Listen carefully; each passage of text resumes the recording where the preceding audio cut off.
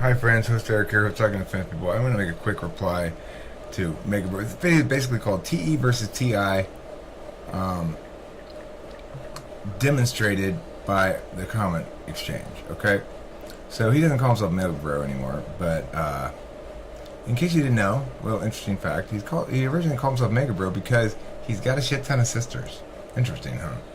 That's not what you would think. You would think, but Meg's such a great name. Now he's psychological cybernetics, not types. So the comment exchange began with self-based is a construction of two words together, which means based from self. Why are you changing the words, he is saying? And I said, there's no such thing as an intentional manner based outside of a self. So he said, it's true that no manner of attention is 100% based in objects. There's always some percent amount of attention that is based from the self. Of course I know this. I said, the percentage is always 100%. Attention is a product of conscious existence. That we attend to things outside of ourselves is necessarily so as well. That's why the distinctions need to be made the way I make them, if we wish to be correct. Psychological cybernetics, not types. Everything in attention is always 100% based on the self. That means necessarily that some things in attention are also not based on the self, even though that contradicts my saying attention is 100% based on the self in the previous sentence. Trust me on this, I'm right and everyone else is wrong. Everyone do it my way. Everybody listen to me. I know cognitive function better than everyone else in the whole world. It doesn't contradict, though. The fact that attention is a function of being is indisputable. Without a living being, no attention is manifest. Additionally, that attention necessitates a not-self one can pay attention to is indisputable, and no contradiction exists at all. Stay to try to figure out how to do things, maybe. And he says the contradiction is the 100% self-based while allowing more than 0% of attention on not self. If any attention is paid on that which is not self, then the percent based on self is not 100%. There has to be at least some small percentage of attention based on the object and not the self. If I keep talking, I'll make nonsense math where there is more than 100% sound plausible. I just have to keep hammering it in until they give up trying to talk to me. I'm always right. My rightness is always better than everyone else's wrongness. Listen to me. I'm desperate that everyone here, I'm right. I'm going to upload a video right now why I'm always right. Just keep saying it. Just keep saying it. Alright, well, this comment here, the reason I'm making this video really is because I think this comment here may be the best summary of the whole thing that I could come up with, or have ever come up with before anyway. So let's explain it. Every kind of attention pays attention to something. It's true that we reserve some objects and experiences as private. It's also true that for every such object and experience, we can communicate some symbolic representation of it to others. It's also true that we cannot make distinct physical objects part of ourselves without eating them. So too is it such that we cannot take metaphysical objects into ourselves without hearing or reading or some such. Attention is a process that does attend to things outside of the self. That doesn't place the locus of attention outside of the self. That places the object of attention outside of the self. TE, FE, FI, TI all express some of the time by attending to different objects of attention both inside and outside the self. The locus of the object of attention cannot be the determining factor here, or it would only be possible to be logical about things spoken aloud, existent as physical, or otherwise externalized in some fashion. However, we do sustain internal objects. I can be logical about something internally without ever sharing my reasoning with anybody. What makes that thinking logical or objective is that it frames a question to determine the universal status, what it looks like when an object is stripped of the uniqueness necessarily implied by its distinction from that which it is not, and resolve to determine the universal status and to resolve what ought to be the position if one position must be adopted as representing the whole of us.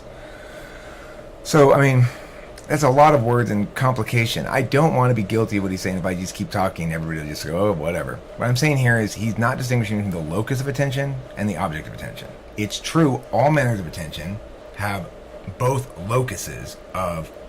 all manners of attention have both locations for the object of the attention. SE can pay attention to SI sometimes. It can say, oh, I'm aware that my knee is hurting, so I'm going to have to, as I do something, I'm going to adjust accordingly to whatever. You wouldn't be thinking it through like that, but that would be SE attending and adapting to data from the body. And it wouldn't be the understanding of the data from the body, that would be SI, but it would be attending to it in some fashion. It would be the way in which you adapt to it if you're doing stuff in the physical world. So that's really the problem here is, and I'm surprised, he's kind of straw manning me across the board here. This whole like, how can you have more than 100% of each thing? Of course, you can never. It's like, of course, we're reacting to things outside the self, because we're not in a vacuum. We don't live in a big white space. It's just us standing there, and there's nothing around. So all we have to deal with is ourselves. We have our body and our thoughts, and that's it. And nothing else. Well, I mean, there wouldn't be any thoughts. There wouldn't be anything. It would all be about the difference between white and you, because we're beings that create distinctions. If you want to think, posit a potential beginning of existence, it would be just that. Consciousness exists all of a sudden. It's just nothing but blank white space. And just sort of floating there, I guess. And it would immediately begin, as consciousness does, to draw distinctions. It would say, okay, this is me and this is not me. And then what are the distinctions between parts of not me that are different from parts of not me versus me? So you go like, well, okay, if you're right here, right really, really close to me, the white is slightly a different color than the rest of the white. Because I don't know why, maybe. And then all of a sudden you've got light in the mix, because after all, you can see something, there must be light. You can imagine it just being deductively manifest, instantiated in some fashion. But the reality is, you can't possibly talk about objective or subjective without making the distinction between the locus of attention and the object of attention, where the locus of the object of attention. There are two different locations implied by self and not self.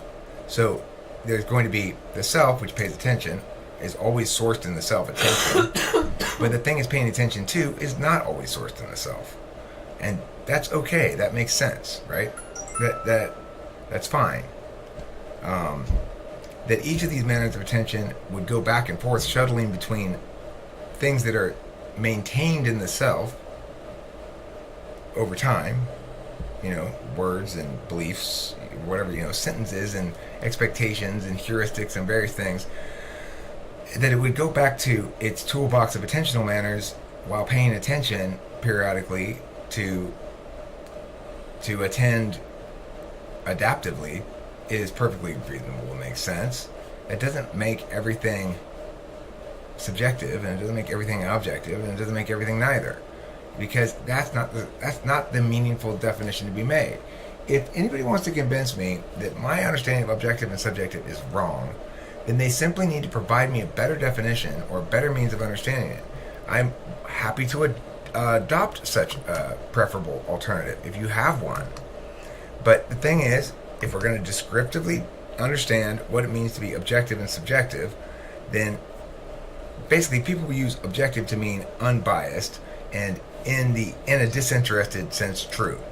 In a disinterested sense, something is true. It means if you have no horse in the race and don't care about it at all, but you were to evaluate it and just be like, well, based just on this, who's right, that most such parties would err on the side of the thing that has within it more inherent truth. And we can evaluate whether or not something's true or not according to a multi-legged test. But the fact is, the disinterest is the key thing in objectivity. It's not the locus of the object of attention. I can be disinterested about my own internal things, as I often am, and sometimes it's a struggle.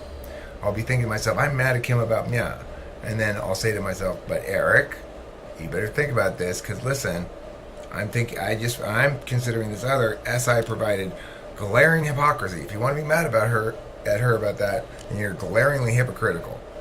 And that's me taking a disinterested calculus. I'm not just siding with me there, I'm siding with the truth. Is this fair, what I'm doing? That's what it means to be objective. That's what it means to use TI.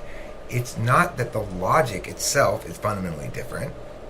In both cases with TE and TI, they're being logical in the sense that TE is correct about what's the best way to achieve my goal, my FI, right? Oh, what do you want, honey? Oh, I want ice cream and bananas. But there's 5 people here, and you can only have one. But I want both. Okay, well I'll give you half of each or something. Then that's a TE solution. Well, I'll figure out a way to make it happen, even though TI objected to it. Right?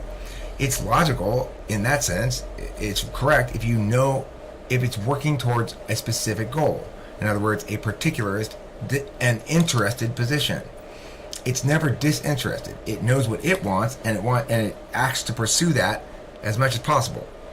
And it doesn't care about the disinterested characters. It doesn't matter if it's fair. If everyone's satisfied, that's fine. Anyway, I gotta go. I'm running late. I gotta go to work right now. I didn't realize I was running late. But look, I'm not. I know I sound arrogant or whatever. Megabro, when you say I understand that cognitive function better than anyone in the world, I do. I'm sorry. I haven't heard anybody understand them better yet. If you want to point me to somebody, go ahead. But everything that's come to butt against this particular cliff, every wave crashed against this cliff that I'm presenting has broken on the cliff.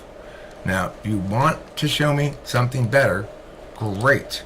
But you're going to have to account for how are you defining objectivity and subjectivity? Have you accounted for the loci or whatever? And all this other shit. So account for it, do a better job than I've done with it, and I'd be happy to adopt your method.